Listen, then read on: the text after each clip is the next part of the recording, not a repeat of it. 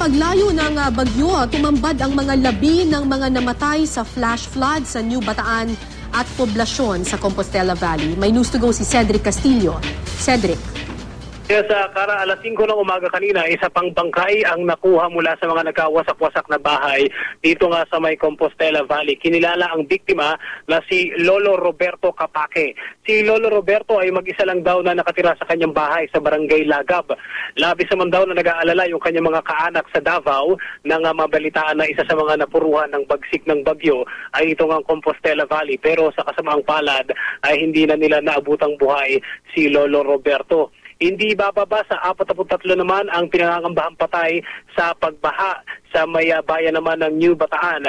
Sinusubukan pa nating makakuha ng pahayag sa local government, pero base sa impormasyon nakuha natin, may mga residenteng nag-preemptive evacuation noong pang nakaraang linggo. Sa kasamaang palad, yung evacuation center na tinuluyan nila ay di umano siyang tinumbok ng flash flood na naganap kahapon sa kasagsagan ng Bagyong Pablo.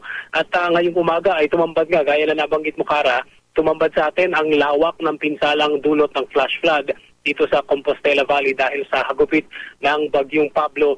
Mga puno na nakatiwangwang sa gitna ng kalsada, paha at putik sa kalsada, at syempre at yung mga marami tayong nakikita sa ngayon ay yung mga wasak na mga bahay. Balik po na sa inyo, Kara.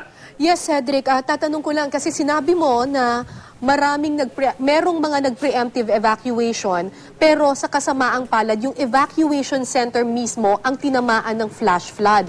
Mababa ba itong lugar ng evacuation center? At ito ba yung lagi nilang ginagamit? Hindi ba nila na-anticipate na posibleng bahain itong mismong evacuation center nila?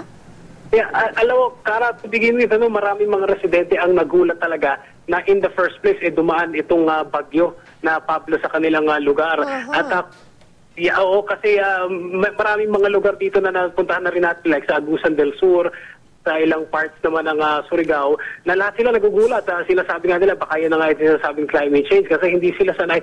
Sanay daw sila sa mga pagbaha-baha, pero cost lang ng mga pag-uulan. Pero yung ganitong lakas ng buga ng hangin ng bagyo na super typhoon nga, kung sa paniwala ng marami, ay marami sa kanila ang hindi sanay.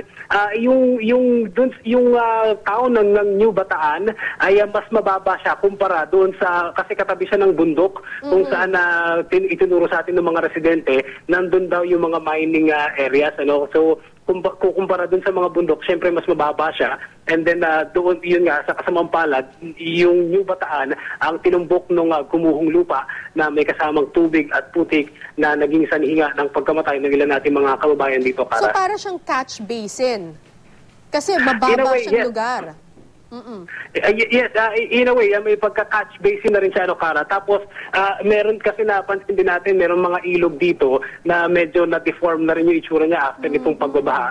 So, ang paniwala nga rin ng mga residente is umapaw na rin sa dami ng sinalo na tubig itong kanilang mga conduits dito sa kanilang mga area, Kara. Pero Cedric, itong evacuation center, ito na yung pinakamataas na area dyan mismo sa New Bataan. Kaya I suppose ito yung kanilang impormasyon na ganyan, Kara. Kasi actually, papunta tayo ngayon doon sa evacuation center kung saan di umano, ito naman ay impormasyon na nakarating sa atin galing sa local government, na sila daw ay, yung mga victims daw, ay mga nag-evacuate na, preemptive evacuation na gusto na talagang, gusto sanang makaiwas sa magiging epekto ni Bagyong Pablo. Sa kasamang palad, yung kanilang tinirhan pansamantala, doon pa sila na biktima ng Bagyong Pablo. Sinabi mo, Cedric, kanina na yung New Bataan ay nasa ilalim lang o nasa paanan lamang ng bundok.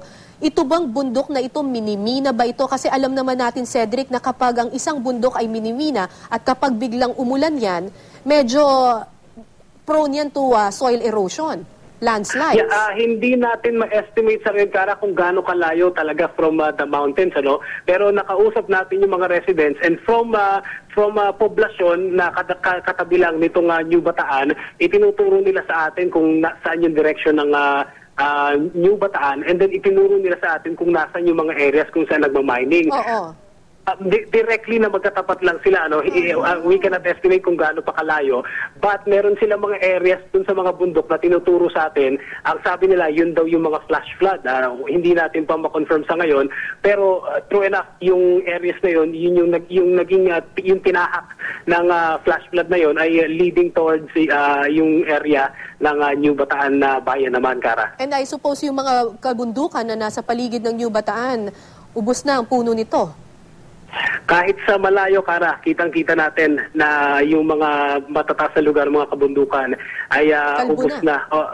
May pagkakalbo na yung mga puno. Ang naging resulta, Kara, pati dito sa Kabatagan ngayon, ay nakalbo rin. Dahil ito kaharap nga namin, yung isang plantation naman ng sagingan, pinatag talaga to.